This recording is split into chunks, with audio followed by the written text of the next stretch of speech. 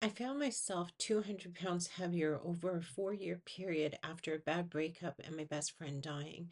There had been circumstances in my life beforehand that I had not had control of and would have chosen to have differently that really left me grieving as well. My go to became food, and I put pound on by pound on. And next thing you know, I couldn't fit into chairs anymore.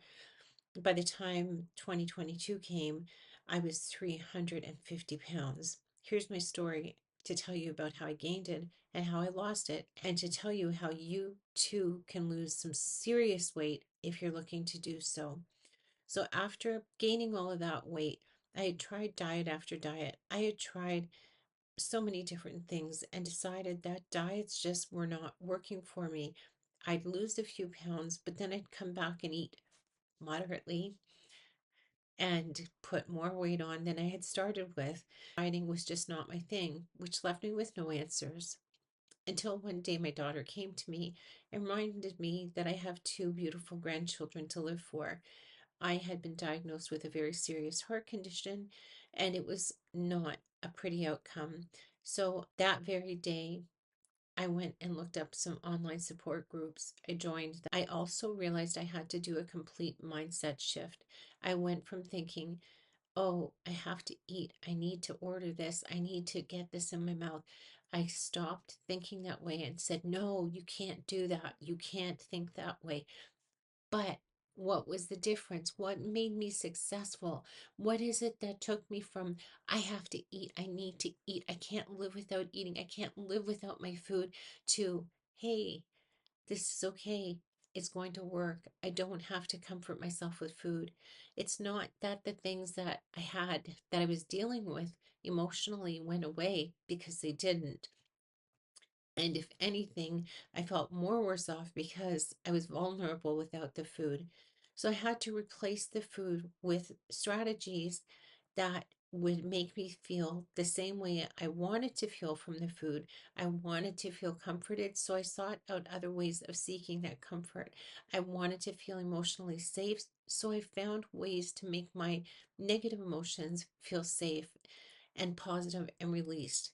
So I started off, first of all, having a purpose. My purpose being to live for my twin granddaughters. They're beautiful. They're 2.5 and just the delight of my life. I could hardly walk 15 feet without losing my breath. Never mind pick them up or play with them. And I knew I wanted to play with them. Already I was trying to dance in front of them and sing with them. And they were so young. And they were my reason to lose weight. So my reason was probably the biggest part of what got me going. The second thing was to replace the food with strategies to keep whatever hurts were driving me to the food, whatever stress was driving me to the food, to keep whatever trauma I may have had or whatever emotional roller coaster I was going through for that particular day. Because as soon as the roller coaster, which is any emotion being intense, not just the negative ones, it's any emotion that is intense, I was eating, and I was eating a heck of a lot. Imagine 350 pounds. You don't get there by having small portions. So I changed my way of eating. I changed my thinking. Some of the strategies I employed were: number one, journaling; number two, realizing that I had to fix the toxic thought patterns that brought me to the food by going to things that were healthy. Journaling was one thing, prayer and meditation, knowing that I had what I believe to be God, and that could be anything for anyone. I stress to you that whatever you believe in, and even if you don't believe in any God, but you have that still small voice inside you, that gut feeling, that to me, in my world, means God is talking to you. In your world, it's your instinct talking to you. Whatever it is you believe in, even if you don't believe in anything except that still small voice, cling to that and hang on to it. That's what I did. And when I had times where I was struggling, I could pray and meditate. And even though prayer is a little bit of an unorthodox answer to overeating, it was a very solid answer for me. I would then journal, and journaling was incredibly powerful for me and still is to this day, because I'm taking these emotions and I'm getting them out onto my laptop or my phone, or some of you would be a pen and paper or a notebook. Taking those emotions to a new place is powerful. Powerful, because now you don't need to eat them thinking they'll go away, because they don't. They just get stuffed down inside you, and you feel worse because you ate the food. And when you feel worse, you feel more of the guilt and the shame, which makes you want to make more, which makes you want to get comforted again. And then you turn to more food. Do you see how toxic this cycle is? And it doesn't end until you end it. And it doesn't take courage to end it, it just takes waking up, right? You just have to wake up and say, ah, I don't have to eat. Let me try journaling. Let me try something else that's mindful. You could try any activity. Walking is a great way to just get out and out of your routine and away from the food and away from your regular toxic behavior. I put music on and I dance. And I know where I was 2 years ago, dancing looked like being in the chair and bouncing around like this, because that's all I could do. If that's where you are, do it. You'll find such a tremendous release, and the music itself is uplifting. Another thing is to do crafts or hobbies, male or female.